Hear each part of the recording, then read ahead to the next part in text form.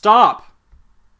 If you like throwing your money away on ineffective Yellow Pages ads, expensive newspaper spots that nobody sees, big billboards that people ignore, and ugly websites, then stop watching this video now. If you want to use these media to benefit your bottom line instead of hurting it, watch this entire video. I will open your eyes as to why you are wasting your advertising dollars. I'll teach you how to change your marketing from a burdening expense into a method that brings you customers and clients on a consistent basis. But you must watch this entire video. Turn off the TV, silence the phone, close your email, and get cozy with a pen and paper, because this is going to be the most eye-opening video of your entire business life. I am not going to sell you anything in this video. I just want to share this information with you because it will benefit your business. Even if you think you already know this, you will still benefit from what I present here today. I insist you watch now because I may take this video down in the near future. Hi there, I'm Benny Valenzuela. Let's chat for a few minutes. I want to share something with you, something advertising agencies don't want you to know. Sometimes even advertising agencies don't know they're doing it wrong. Lots of people think marketing is nothing more than advertising. Some think marketing is as simple as printing flyers and brochures or putting up a billboard. Not only is this the wrong approach to marketing, it's actually only one part of marketing. Advertising and marketing aren't the same thing, and I'll explain why. This is the marketing triangle. The marketing triangle consists of message, market, and media. Advertising is just media. A lot of times advertising doesn't work, it's because they leave out message and market.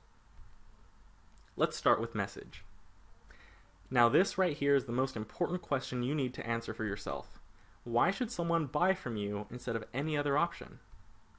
Why should your prospect, client, or customer buy from you instead of the 5 other guys in town? Surely they could get the same product at a lower price somewhere else. Why should they buy from you instead of not buying anything at all? Why should someone buy from you instead of any other option? That is a hard question to answer, but when you answer it, you will be ahead of the game. Your answer must be compelling and original. Here's some bad answers to this question. Best customer service, best food in town, quality rugs since 1981, free consultation, lowest price. Give a real reason. Think about it. Don't use a generic "me too" line, then you're not really giving a reason to pick you. If every restaurant offers a 2-for-1, is that going to bring customers in your door? If every lawyer offers a free consultation, is that going to bring you a client? Your answer must be compelling. Let me give you an example of compelling. I drove to Washington, D.C. to run a marathon a few years ago. I decided to treat myself to a nice dinner for surviving the run, so I made myself a reservation at a swanky place in the heart of the city. I hop in my car and start driving from my hotel to the restaurant. For a little bit of the drive, I had to get on the freeway. I jump on the freeway and move over to the middle lane because it eventually turns into the exit I need to take. Anyway, I drive for not even a full mile, and traffic turns into a grinding halt. Seriously, I start driving at 2 miles per hour. And don't forget, I'm in the middle lane, so I can't try to get off the freeway. The traffic jam is going to make me miss my reservation, and they're going to give my table away. I reach for my phone to call ahead, and right as I pick it up, guess what? The battery dies. Awesome. So here I am, trapped in a moving parking lot, hungry, with no way of reaching the outside world. I'm trapped and getting angry. After cruising along at 2 miles per hour for what seems like a year, I can see up ahead what happened. There's been a car accident. They had moved the accident off to the side of the road, so there was no physical obstacle in the way of traffic anymore. But why was there still a traffic jam? I'll tell you why. Because everyone, including me, I'll admit, was trying to look at the accident. As they approached the accident, all the drivers would take the foot off the gas and put it on the brake. As they drove by the accident, they all look over. They just look at it, just to see what happened. These people aren't ER technicians or doctors or lawyers. They're just everyday people. But they all slow down to look at the accident, as if they could do something about it or it affected them in any way. Now my guess is not a lot of them jumped on the highway and said, "Ooh, I hope I get to see a car accident." Not at all. But here's the takeaway.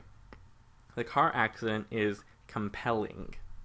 The car accident forces you to stop what you were doing and pay attention, even though you had no predisposition to do so. So now here's the big question. Are your marketing messages compelling? Does your Yellow Pages ad grab the attention of everyone who sees it? Does your newspaper ad make people talk about it and show it to their friends? If not, you're wasting your money. Your message must be compelling. So how do you make it compelling? Let's talk about that.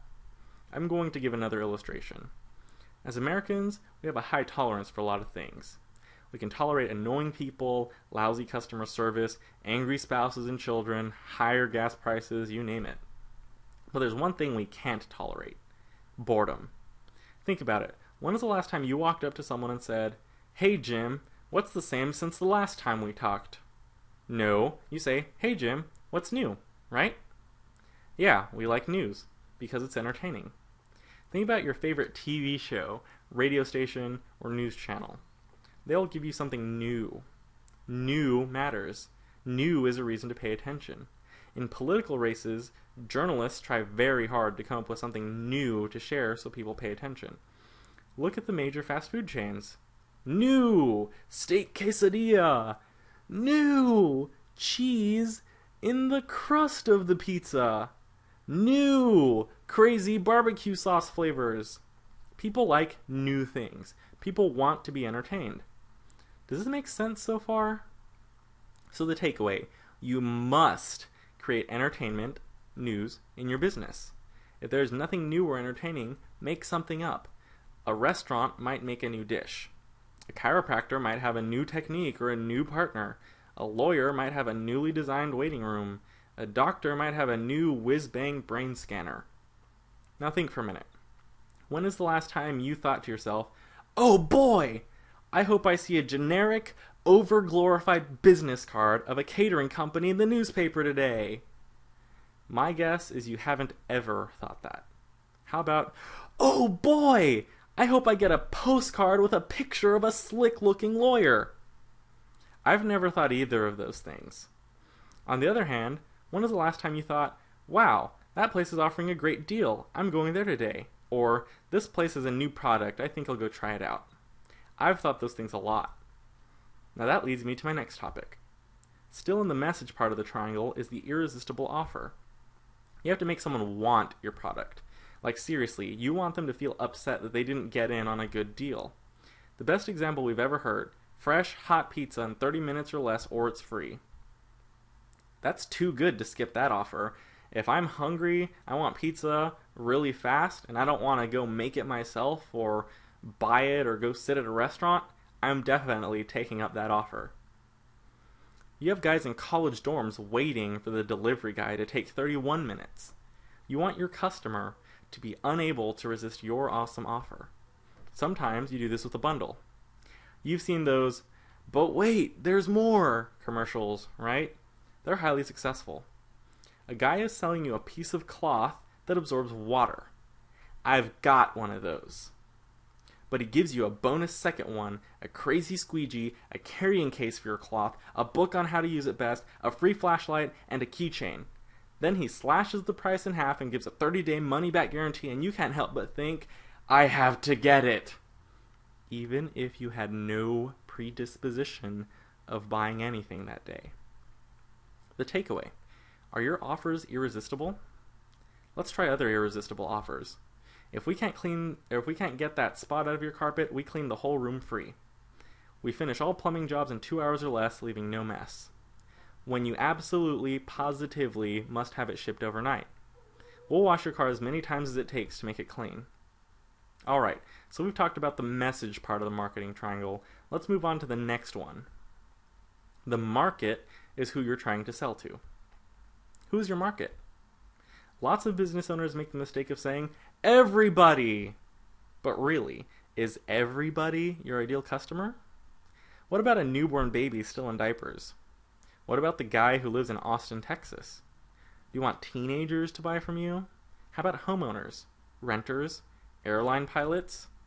So who is really your ideal customer? Think about it. How old are they? Where do they live? How many kids do they have? What is their income level? What is their education level? What neighborhood do they live in? What are their interests? If you don't know who you want to buy from you, how will you reach them? If you don't know this information, you need to find out right now. Otherwise, you are wasting your advertising dollars. Throwing a generic ad in the yellow pages, newspapers, and on billboards is like throwing mud against a wall and hoping some of it will stick. Sure, some will, but almost all of it will fall off. Al's Necktie Emporium sells ties. That's all they sell. They have a lot of ties. So this company decides to run a radio ad in your city, but only 2% of the population wears ties. This means that out of every $100 spent on ads, $98 of it is wasted. Let me repeat that. They waste 98 cents of every ad dollar. And of the 2% who wear ties, not all of them are going to buy, especially if you don't make them want to buy, which we covered earlier. A lot of businesses make this exact same mistake without even knowing it. But they do know they dread spending money on advertising. Some businesses don't even know if any of their advertising is working for them. So let's recap. You want to know what to say and who to say it to. If you get a good message to market match, your marketing will be much more effective. Let's move on to the third and final part of the marketing triangle, media. Media is what you use to say what you have to say. It's what you use to deliver your message. So let's talk about types of media. We have yellow pages, coupons, newspapers, magazines, postcards, billboards, lawn signs, websites, QR codes, mobile websites, social media, search engines, text messages, email. We have pens, shirts, brochures, business cards, wristbands, car wraps, posters, calendars, catalogs, door hangers, DVDs, labels, stickers, banners, and the list goes on and on. There is no such thing as a bad medium. Here's the key. Decide your message based on your market. Decide your media based on your market and your message. Lots of business owners who run yellow pages ads or newspaper ads or have websites do it because everyone else does it, or the salesman called or walked in and cornered you into buying or whatever. There are only two, and I mean only two factors on picking media. These are market and message. If you don't know market and message, why would you pick media? Yellow pages salesmen, web designers, and advertising agencies start on this step. They pick the media, convince you to buy it, and then blame you if it's not bringing in sales. They say it's something wrong with your business that makes the ad not work. Or they say you should have bought a bigger ad or flashed your website. How's that for adding insult to injury? Really, it should go the other way. You pick your market and message, and then determine what are the best media for you to use. Doesn't that just make so much more sense? If you're targeting teenagers in your area, putting flyers in a school or advertising on Facebook makes so much more sense than the yellow pages. If you're targeting people who like running nationally, an ad in a running magazine makes so much more sense than blindly renting billboards on every highway. I hope you have a much clearer understanding of marketing. Marketing and advertising are not the same thing. Advertising is just media. Marketing is market and message plus media. Make sense? This video is almost over, so let's recap. In order to market effectively, you must use the marketing triangle: message, market, and media. Most advertising and marketing agencies, yellow pages salesmen, and web designers do nothing more than sell media. That's like selling you tires without knowing what kind of car you drive. Now look at your message. Why should someone buy from you instead of any other option? Is your answer compelling? If not, make it compelling. Make it new and entertaining. Make it grab your market's attention and force them to listen. Look at your market. Do you know, as in really know, who you're trying to sell to? If you get a great message to market match, response to your marketing increases dramatically. Again, my name is Benny Valenzuela. I specialize in marketing and online media. If you would like a copy of these slides or would like to speak to me personally, please fill out the form on this page. Thanks for your time. Now that you know what you know, it's important that you do something with this knowledge. This video isn't just for your intellectual entertainment or to just think about. You must do something with this knowledge. If you don't know what to do exactly, please fill out the form and I'll be in touch. I'll also send you these slides for your own reference. I hope you have an awesome rest of the day.